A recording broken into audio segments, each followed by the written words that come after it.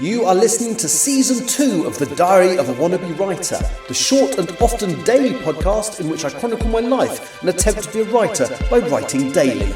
Sometimes.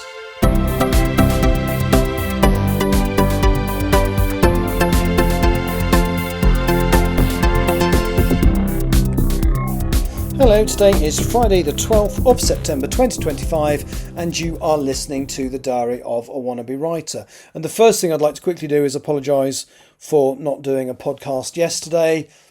I genuinely intended to and it just never happened.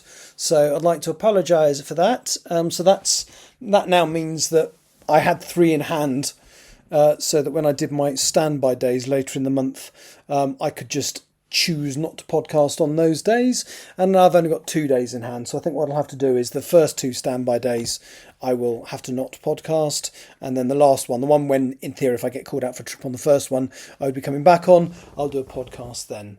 But but today again I've had a nice day. I met up with Bow Street Society. I keep calling her that on here because it's her handle on Twitch, and this is also a Twitch stream. But I met up with writer Tani Campbell at a coffee shop.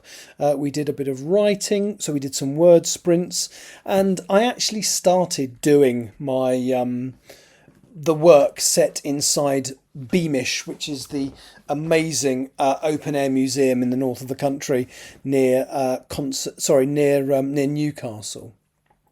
And one of the reasons I felt comfortable to do that is we are going. I'm taking Tani up there in about a month today. In fact, we're going up there to do that, or a month tomorrow, or something like that. Anyway, no, it's today. Well, we're actually going on the 13th, but we're going up on the 12th because it's a 4 hour plus, approximately 4 hour drive. But anyway, I discovered whilst looking at the place, I wanted to try and get a bit of a feel for it to be able to describe a couple of bits, so I wouldn't have to wait till I went to write the chapter set there. And I discovered that they let Google Earth. I don't know whether they probably didn't drive around, but they let Google Earth around the site with their cameras. So I was actually able to get a really good idea of the layout of the place and what was there. And so although it slowed down the writing a bit, I was able to accurately describe what's there. I might tweak it a little once I've actually been there, but that's really good. So the chapter I've written today is effectively a two-hander. It's scenes with Jagveer Singh and Sayward Amapofo. It's an interesting chapter because there's a conversation that happened in it that I kind of didn't realise that that I kind of hadn't figured that would have to happen, which is based on what happened in the last chapter. And it's also put Jagveer in a bit of an interesting position because basically Sayward has told him that something has happened that is completely banned by the Sutherland Institute, who he works for. And normally people who are found to have that particular ability, I won't say what it is, have it removed straight away. So he's promised Sayward he's not going to follow up on it, but it has put him in a bit of an awkward position because if it's ever found out that he knew there was someone with this ability out there and he did nothing about it, he could end up in trouble. So that's the first thing that's happened.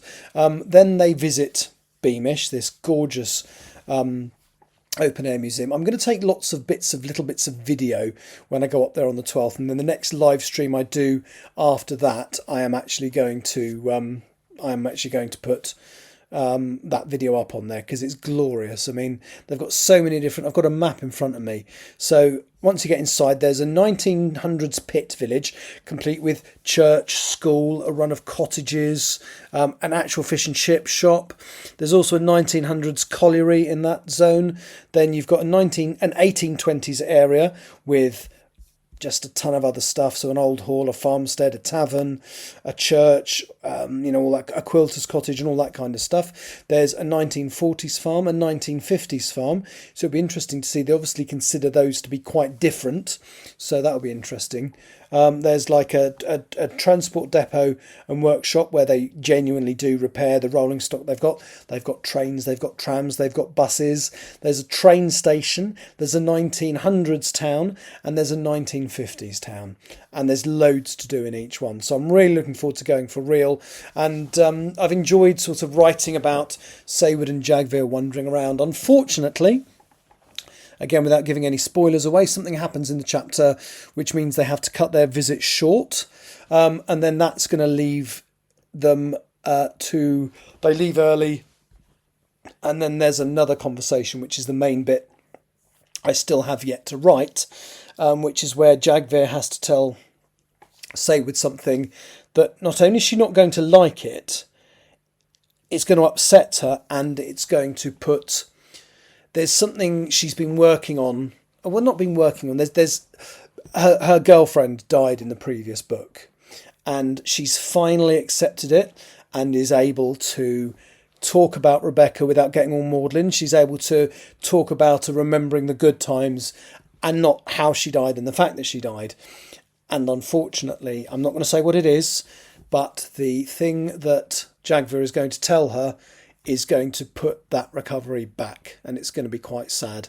So I always like writing quite emotional stuff. So there we go. So that's what I've written today. I'm hoping to finish the chapter tomorrow, or at least the zero draft of it, and then I shall move on to editing it over the weekend and hopefully get it finished in time for me going back to work on Monday. That's me done for the day. Sorry that I didn't appear yesterday. Thank you so much for listening, and I'll be back at some point tomorrow. Thank you so much. Bye-bye. You have been listening to The Diary of a Wannabe Writer. For more information about what I'm writing, go to linktr.ee/Richard Writes, capital R, capital W, where you can find details of my website and social media. I may see you there.